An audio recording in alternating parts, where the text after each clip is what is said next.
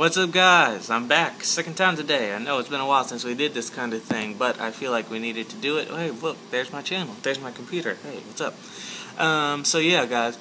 The big news from Microsoft yesterday, they pulled a 180 on us, and I'm kind of upset here, but I understand why, and I support Microsoft because I feel like this is something that they needed to do, or they were going to get very limited sales on Xbox One, and it was basically going to crash.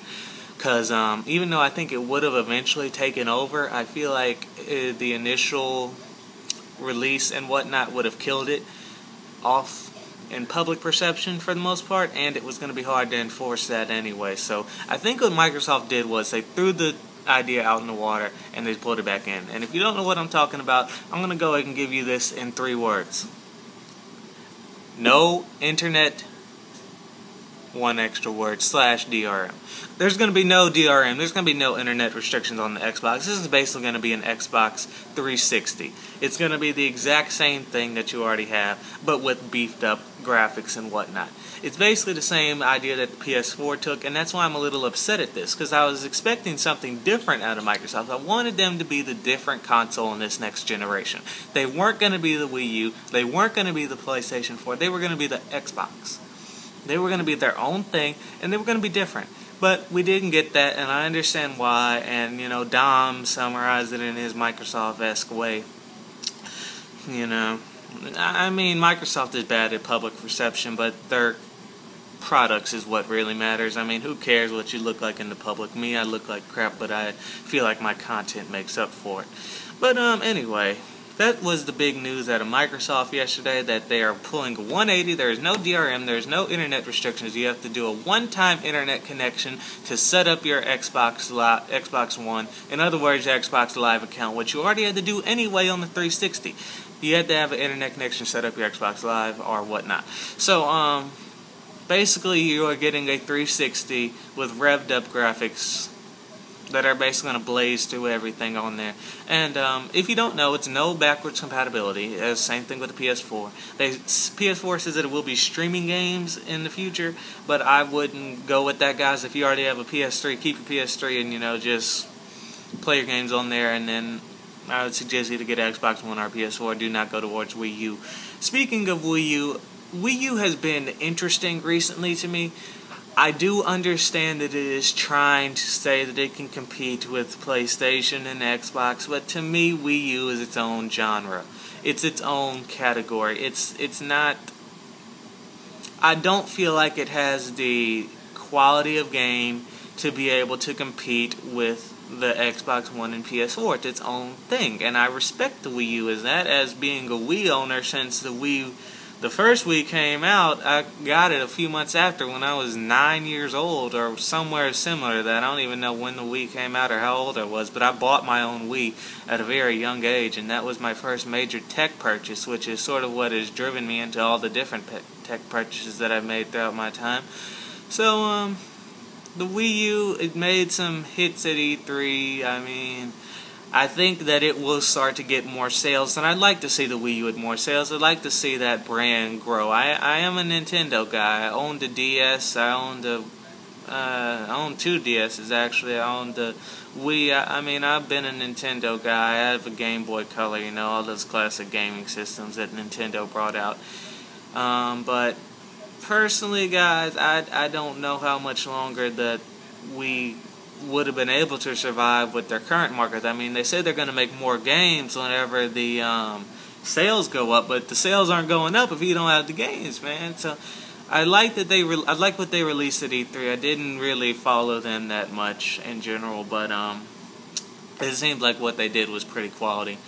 And I'm looking forward to see what the Wii brings in this next generation. I will go and throw them in the 8th gen, but like I said, they're their own part of the 8th gen. They're not quite what I'm going to put them with the I'm not going to put them with the 1 and the 4. They're their own thing. They're the U. They're the U category. And then there's the number category. But anyway, guys, let's go on to WWDC, since I did not get to this over the weekend. Mac Pro. Soda can of power. Soda can of flame-throwing goodness. I was very impressed by the Mac Pro. I like what it's bringing, and I hope that it will actually come out either end of this year or maybe early next year. I won't get one because it serves me no purpose for gaming. I mean, we all know that Mac is not good for PC gaming because it's PC gaming. But anyway, other than that, the iOS 7, it was a little bit more colorful than I expected. It being an iOS person, I've been with iOS. I do respect Android in the phone market, and I do respect Windows Phone. BlackBerry, get out of here. You're not welcome to the party. BlackBerry is a business phone. I don't know why they keep trying to make it consumer friendly for the most part for the younger generations who like to use their social media and whatnot. But anyway, I feel like definitely there will be a strong support of iOS 7.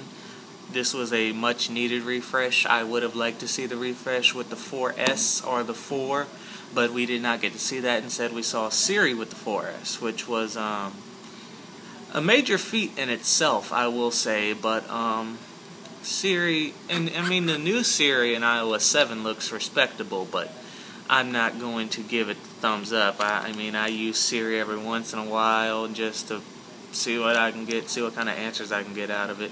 But I never actually use it for the personal assistant of the future.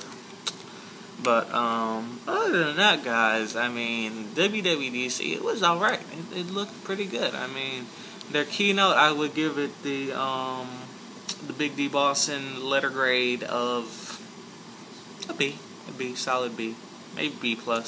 I mean, they did what they needed to do. They weren't flashy. They weren't Windows. They weren't Android. They were iOS 7. And I know there's a whole bunch of people on the internet saying Apple stole this from this, Apple stole that from that. I mean, okay, but everything came from iOS to begin with. So the whole idea of the modern smartphone came from Apple, came from iOS. So I mean, you can't really say that we stole anything when we started the whole thing.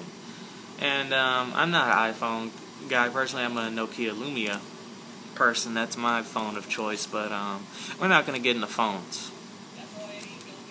even though that's what I'm talking about. But either way, guys, hope you have a good rest of the week. I should not be back until this weekend. Maybe I'll be back later today with another video.